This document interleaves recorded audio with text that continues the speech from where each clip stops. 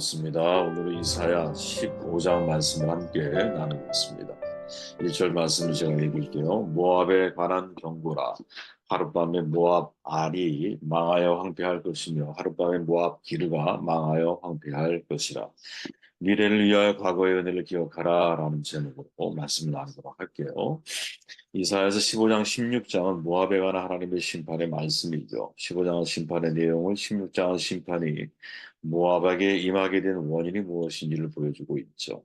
결론적으로 말하면 교만 때문에 모압이 결국 무너지게 되죠. 우리가 잘 알지만 모압은 소돔과 고모라 심판 이후에 아브라함의 조카로 두 딸 사이에 태어난 두 민족 중에 하나죠. 모압과 암몬이 있잖아요. 그죠? 나오미 며느리 롯의 고향이 바로 이 모압이죠. 이스라엘 민족을 저주하기 위해 발람을 고용한 민족이었습니다. 이것이 사실은 굉장히 결정적인 사건이었죠. 왜 서로 사실은 형제 관계인데 발락이 왕일 때, 그래서 이 발람이라고 하는 메소포타미아에 있는 사람을 고용해서 아주 위협적인 사건을 사실 만들어 나가게 되죠. 한 번쯤 주목해 볼 것은 이러한 예언들 속에서도 이사야가 고백하는 내용인데 내 마음이 모압을 인하여 부르짖는도다. 참 국률한 마음을 보여주고 있죠. 이것이 바로 하나님의 마음이 아닌가. 왜? 하나님은 우리만 사랑하시는 게 아니잖아요. 그죠? 모든 인류를 다 사랑하시고 당신이 만드신 존재들이기 때문에 다 이제 그가 비록 죄인이라 할지라도 죄는 미워하되 죄인을 미워하시는 건 아니잖아요. 그런 하나님의 마음을 엿볼 수 있는 중요한 내용이 아니겠느냐. 루시 시어머니 나오미에게 말했듯이 어머니와 하나님이 나의 하나님이 되시리니 만약에 이런 마음을 모아 모든 사람들이 가지고 있었다면 이런 심판은 피해가지 않았을까 하는 생각을 해보게 됩니다. 조금 더 내용을 정돈해 보면 소돔과 고모라 사건 이후에 롯의 두 딸이 소금 기둥으로 변해버린 어머니를 대신해서 아버지와 동침을 하죠. 사실 있을 수 없는 이야기인데 그 사이에 태어난 자식들이 모압과 암몬이에요. 결국 모압과 이스라엘은 남이 아닌 거죠. 왜? 아브라함, 롯, 삼촌과 조카 사이니까 이스라엘과 모압의 관계는 오천지간이 되겠죠. 그래서 이스라엘과 모압은 서로 형제처럼 잘 지내왔던 거예요. 그런데 이 관계가 깨지는 사건이 발생을 하죠. 민수기 21장에 가보면 이스라엘이 오랜 애굽의 종살이를 끝내고 출애굽하잖아요. 가나안을 향해 가면서 전쟁을 하게 돼요. 호르마란 곳에서 가나안 사람과 싸워 이기고 아모리를 이기고 바산까지 이기게 되죠. 그리고 민수기 22장에 보면 이스라엘이 모압 평지에 진을 치게 되는데 당시의 왕이 발락이었어. 근데 이스라엘이 가나안 거민들을 물리친다라는 소식을 듣게 되면서 자기도 칠 거라고 하는 두려운 마음을 갖게 되죠. 그 결과 발락은 메소포타미아의 부올의 아들 주술사 발람을 불러다가 이스라엘을 저주하도록 촉구를 합니다. 이게 바로 모압의 가장 큰 죄 가운데 하나죠. 앞서 말한 것처럼 모압은 아브라함 때문에 존재하게 된 민족이에요. 그죠? 조상을 거슬러 올라가 보면. 그렇다면 모압은 하나님의 은혜, 아브라함의 은혜를 잊으면 안 되는 거죠. 왜 하나님의 은혜를 안다라는 것, 아브라함의 후손이 이스라엘의 선대함으로 증명이 되는 것 아니겠어요? 과거 아브라함 때문에 롯이 존재했고 롯 때문에 우리가 태어난 거 아니야? 그렇다면 그런 선주의 기억을 은혜를 잊지 않는다는 게 얼마나 중요한 거예요. 지금 최근에 우리나라 안에서 우리나라 전쟁 때 도와줬던 많은 외국의 18개국인가요? 거기에 어려움을 당하는 분들을 치료하고 돕는 일을 하잖아요. 은혜를 기억하잖아. 잊지 않는 거. 너무나 중요한 문제이죠. 저는 은혜는 정말 오래 새길 필요가 있다고 보거든요. 우리는 이제 은혜를 우리의 영혼에 좀 새겨야 된다고 봐요. 아무리 작은 거라 할지라도 내가 은혜 받는 게 있다면 그 은혜로 인하여 상대를 환대하고 반영해 주려고 하는 마음을 내가 잊지 않는 것. 하나님은 그 은혜를 잊고 상대를 저주하는 거, 이거 정말 하나님이 싫어하시는 행동인 것 같아요. 은혜를 원수로 갚는 거죠. 이게 바로 모압의 행동이었던 거예요. 그죠? 하나님이 아브라함에게 말씀하셨잖아요. 너를 저주하는 자 내가 저주하고 너를 축복하는 자 내가 축복하겠다. 근데 모압의 선택은 뭐예요? 바로 그들을 저주하는 거죠. 당연히 저주하는 자를 저주해야 하는 게 하나님의 약속에 속해 있는 거잖아.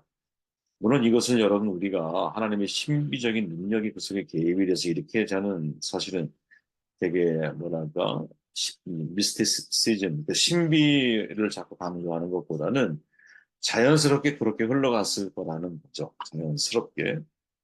모세는 모압의 미래를 명료하게 정돈하듯 신명기 23장에 보니까 암몬 사람과 모압 사람은 여호와의 총회에 들어오지 못하리니 그들은 너희가 애굽에서 나올 때 떡과 물로 너희를 길에서 영접하지 아니했다. 이 진짜 잊어버리질 않는 거야, 모세가. 메소포타미아 프로스 사람 부올의 아들 발람에게 뇌물을 주고 너희를 저주하게 하려 하였으니. 완전히 정말 잊을 수가 없는 거죠. 왜? 우리 형제인데. 우리의 조상을 거슬러 올라가 보면 아브라함이 롯을 살렸기 때문에 사실 너희들이 존재할 수 있었던 건데 그 은혜에 대해서 너희가 망각하고 그 은혜를 거부하면 그러면 이건 정말 문제가 아니냐 하는 것을 명료하게 사실 정돈해주고 있는 거죠. 그렇게 우리는 여기서 중요한 교훈을 얻는 거예요. 모압은 아브라함의 은혜를 기억해야만 하는 거죠.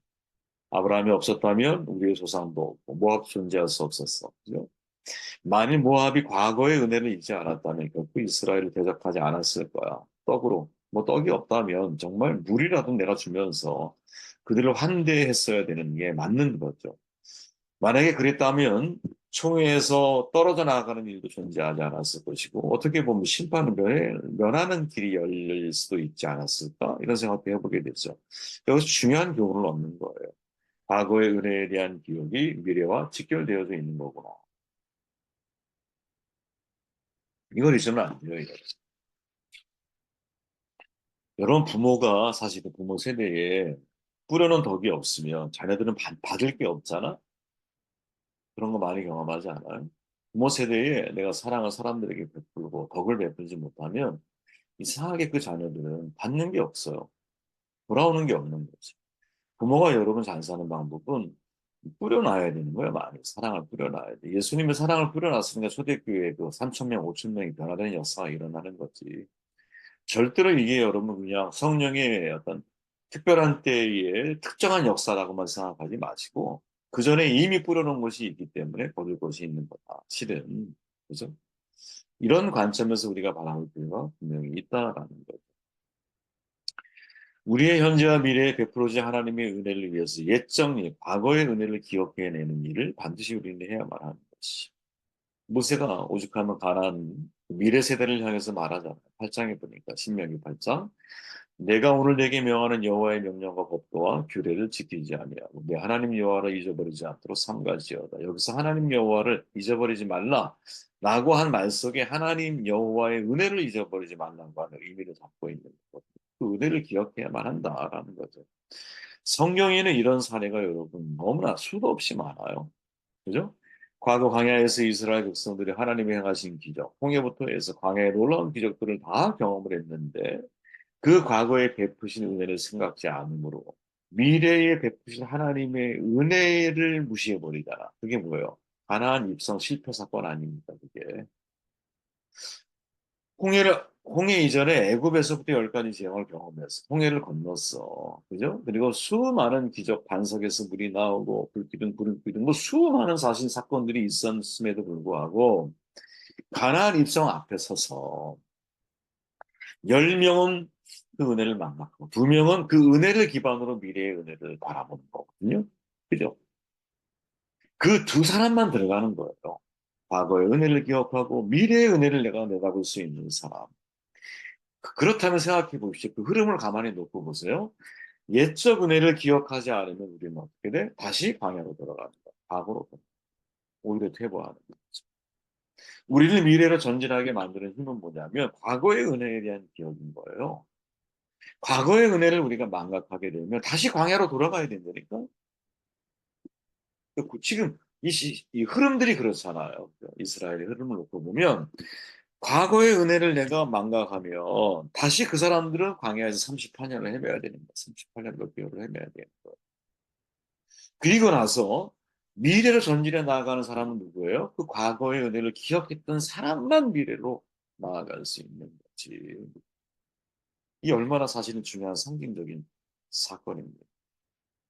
여러분 다윗의 중요한 특징 가운데 하나가 뭘까요? 그는 하나님이 과거에서 현재까지 베풀었던 은혜를 항상 묵상하며 살아온 사람이라는 거예요. 그리고 미래를 바라볼 때 어떻게 그 은혜가 하나님이 내 앞에 계속 미래로 나에게 허락하실 것을 믿고 다윗은 전진해 나간 사람이에요.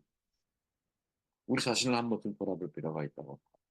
지금 내가 과거로 회개하고 있느냐? 아니면 미래로 전진하고 있느냐?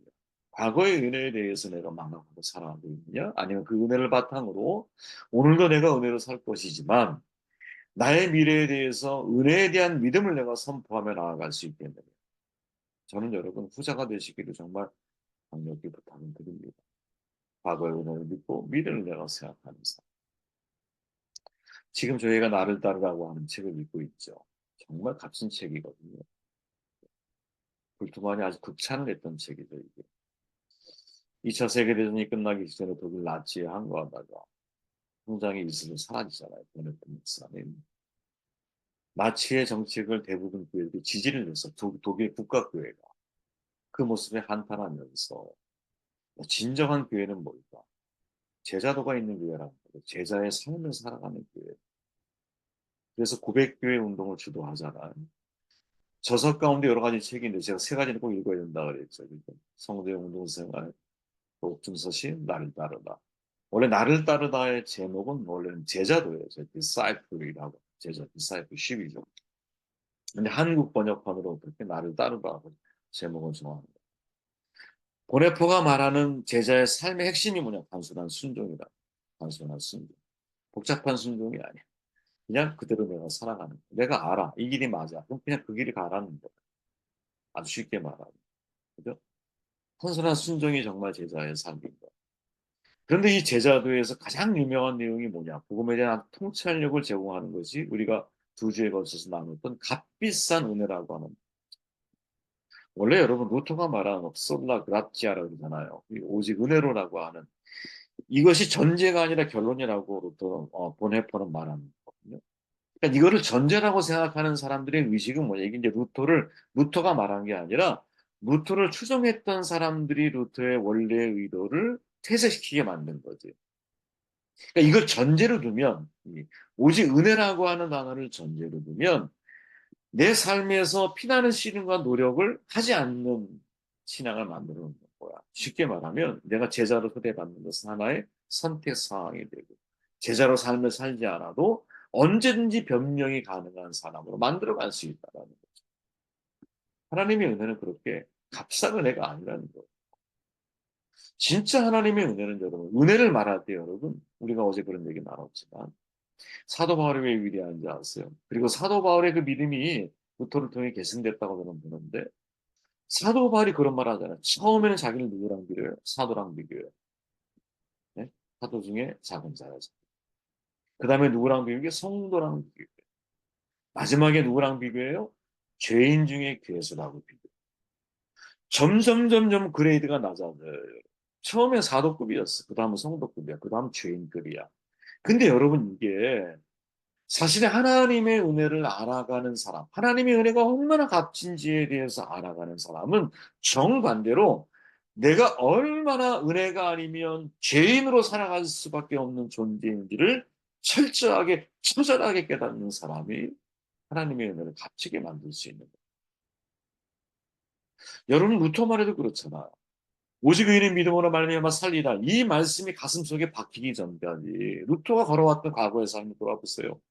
자기의 죄 하나를 오죽하면 사제들이 선배 사제가 그랬다 그러잖아요. 한꺼번에 몰아서 갖고 와. 제발 좀 죄를 하도 많이 죄를 고백하니까. 그런데 그 죄를 떨궈내기 위해서 계단 하나를 올라가면서 죄를 회개하고 한 계단 무릎으로 올라가면서 죄를 회개하고 그죠? 이 과정을 수없이 루터는 반복했잖아요. 무슨 말입니까? 자기의 죄에 대한 정말 참혹할이 많지. 가슴 아픔을 가지고 있는 사람이 나의 죄를 위해서 대신 돌아가신 예수 그리스도의 은혜가 값진 은혜가 되는 거지. 그런데 오늘 한국 교회는 뭘 잃어버린 거예요? 이 은혜를 너무 값싼 은혜로 대치시켜버려요. 또의 추종자들, 또 지금의 많은 한국 교회 대다수의 목회자들이 하나님의 은혜는 그렇게 값싼 게 아니거든요. 자기의 죄가 얼마나 무거운지 무서운지 더더욱이 이 죄의 늪에서 나를 건져낼 죄가 없다라는 것을 처절하게 경험한 사람만이 내가 죄인 중에 계수고 진짜 시간이 지나면 지날수록 더 깊이 자기의 죄에서 통감하는 사람만이 하나님의 말씀이 하나님의 은혜가 얼마나 값진 것인지를 발견하게 되는 것이죠. 그리고 그 은혜가 값이기 때문에 그죠? 그 말씀에 대해서 심플하게 순종하는 것, 단순한 순종. 이렇게 하라면 그냥 하는 거예요. 삶의 주도권을 다 하나님께 넘겨드렸기 때문에 우리가 이런 사람이 되어야 되지 않겠나. 성경의 15번째 책이 에스라죠. 바사왕 아닥사스다의 조서를 가지고 에스라와 그 일행이 예루살렘에 돌아왔어. 에스라는 율법을 가르치려고 배심을 했잖아. 왜? 학자이면서 제사장이니까. 그런데 와보니까 제사장 레위인 방백 고관들까지 다 이방인과 통혼 문제로 심각하게 범죄를 저지르고 있었어요. 에스라가 너무나 가슴 아팠어. 속을 찢고 고독까지 찢어 머리털을 밀고 수염을 뜯어 하나님 앞에 백성들의 죄를 아네. 마치 자기가 죄를 지은 것처럼. 그죠? 과거의 기억을 통해서 하나님이 우리를 귀환시킨 은혜가 얼마나 값진 것인데 과거 우리가 범죄함으로 70년의 포로 생활을 했고 그 포로에서 하나님이 우리를 귀환시킨 것이 얼마나 값진 은혜인데 너희들이 이렇게 살고 있느냐 이 말이죠. 여러분 아 뭐랄까요? 은혜를 기억해야 돼요. 하나님의 은혜. 하나님의 은혜가 정말 우리에게 값진 은혜로 다가오려면 내가 얼마나 한심한 인간인지를 깨달아. 아무리 내가 노력해도 벗어날 수 없는 은혜가 아니면 내가 스스로 나를 구원시킬 수 있는 아무것도 없는 자기 존재에 대한 처절한 한계를. 그래서 삶의 주도권을 인간은 그렇게 쉽지가 않아요, 여러분. 에고 이 자아라고 하는 게 쉽게 사라지는 게 아니에요. 에고가 이게 쉽지가 않아요. 하지만 매일 매 순간 날마다 자기를 부인하고 매일 매 순간 내가 아침에 일어나서 나의 십자가를 짊어지고 살아가려고 하는 이 신앙의 아름다운 루틴이 결국 하나님 안에서 성숙하는 신앙이죠. 더더욱이 하나님의 은혜를 값비싼 은혜로 우리가 정말 받아들이며 살아가는 이런 거룩한 신앙을 세워가는 생각을 해보게 되었습니다. 우리 말씀을 드리고